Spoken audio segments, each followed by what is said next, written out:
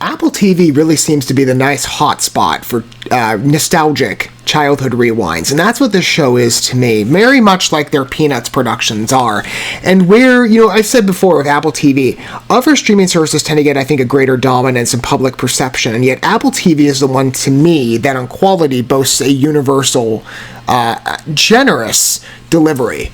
From the projects wherever I've witnessed them, and that's been more so the case, or projects I've humored in full, and I've seen a couple where I'm like, this is, whether it's in full or not yet, maybe I'm still working my way through some, I'm like, this is actually a pretty good work.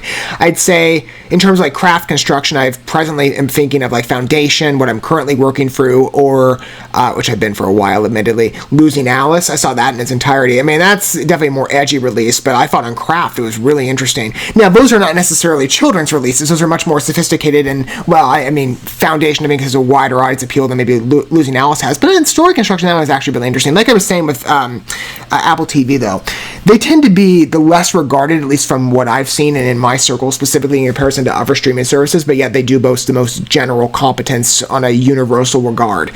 And certainly on their nostalgic childhood rewinds, I feel that they've more than succeeded. Like the Peanuts cartoons. I grew up with those as a kid, and those are still as entertaining as they were, when I was younger to when I was an adult. This one? Oh, this is nostalgic. I remember these like when I was even younger than the Peanuts stuff. I mean, Frog and Toad, I grew up on these stories. Arnold Lobel's, works were highly engaging. So an Apple TV adaptation of those stories, even as an adult, maybe this is going to appeal more to families, but part of me is like, what, I want to humor this. Even as an adult. I'm like, can this cross demographics? I don't know. Maybe this is more so predetermined in execution to be a children's release.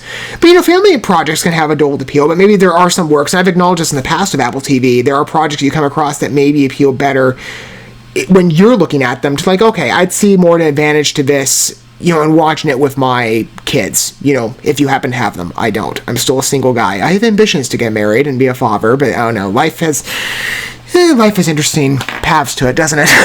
Anywho, so there's a lot of projects I keep in the back of my mind being like, okay, for those eventual days, this project might apply more than as an adult just by myself watching the work. And again, like I said with Apple TV, there's a good mix of those, at least I regard it as such. Frog and Toad might be that, but part of me is still like, what, I need to humor it. And we have a first trailer. It surprised me yesterday when I saw the announcement pop up, like, where's this Frog and Toad project? And just a couple minutes ago, I mean, at first I thought I saw it in conjunction to IGN. It's an Apple TV work. Like that, immediately, I'm like, okay, sold me on premise. Let's engage it. Once upon a time, there were two good friends. A frog. I wish Toad could see this. And a toad. Who's doing the voice work? I gotta look that up too. Beautiful first day of spring. Look at the butterfly. Yes. Listen to the baby birds. Adorable. Think of all the new adventures we will have. They're interesting choices.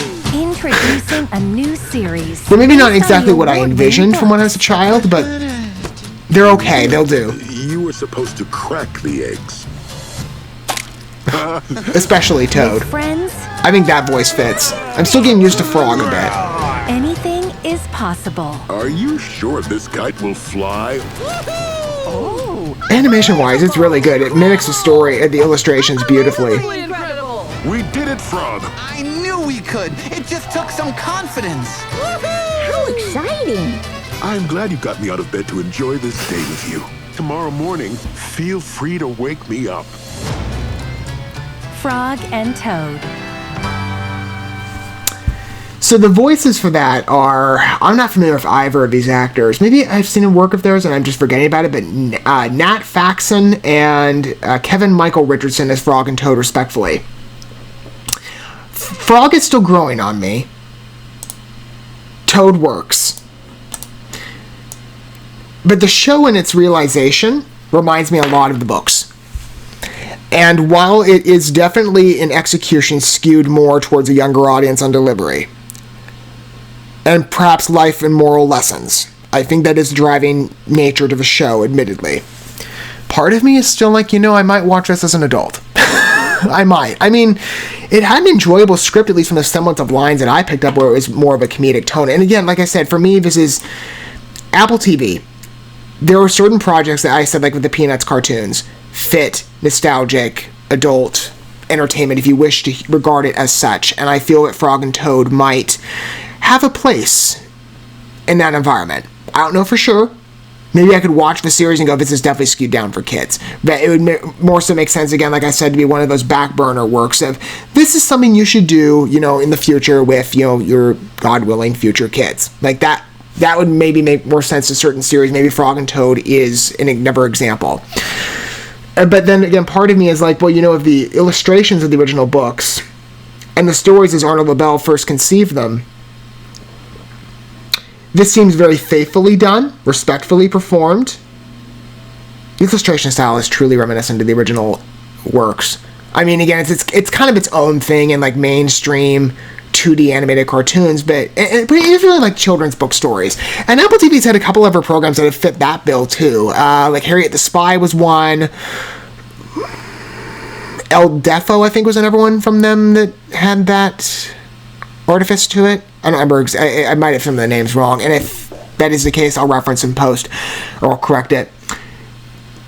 We'll see.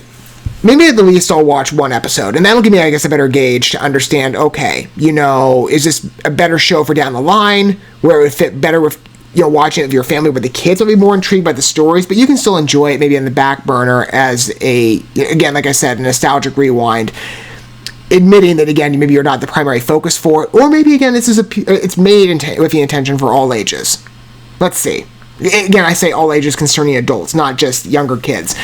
I'd love to hear your thoughts on it down below. I mean, again, the promise of, if you wish to disclose your perspective, I'm, again, like I said, a Frog and Toad series. Not what I saw, and certainly not what I knew originally of Apple TV, but now I'm like, you know what, I'd humor it.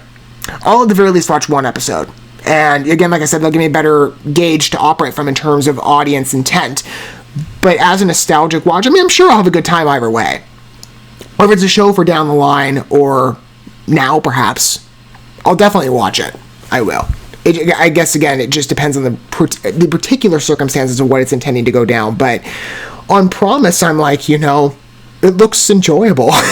It truly is, I think, a good embodiment and adaptation of the original books. It reminds me a lot of those original features that I'm like, and to be fair, I did see a children's play of it during a summer production years ago that was tastefully done as well in spirit of the books. So there is a space for adaptations of Frog and Toad, and I think with Apple TV's familiarity,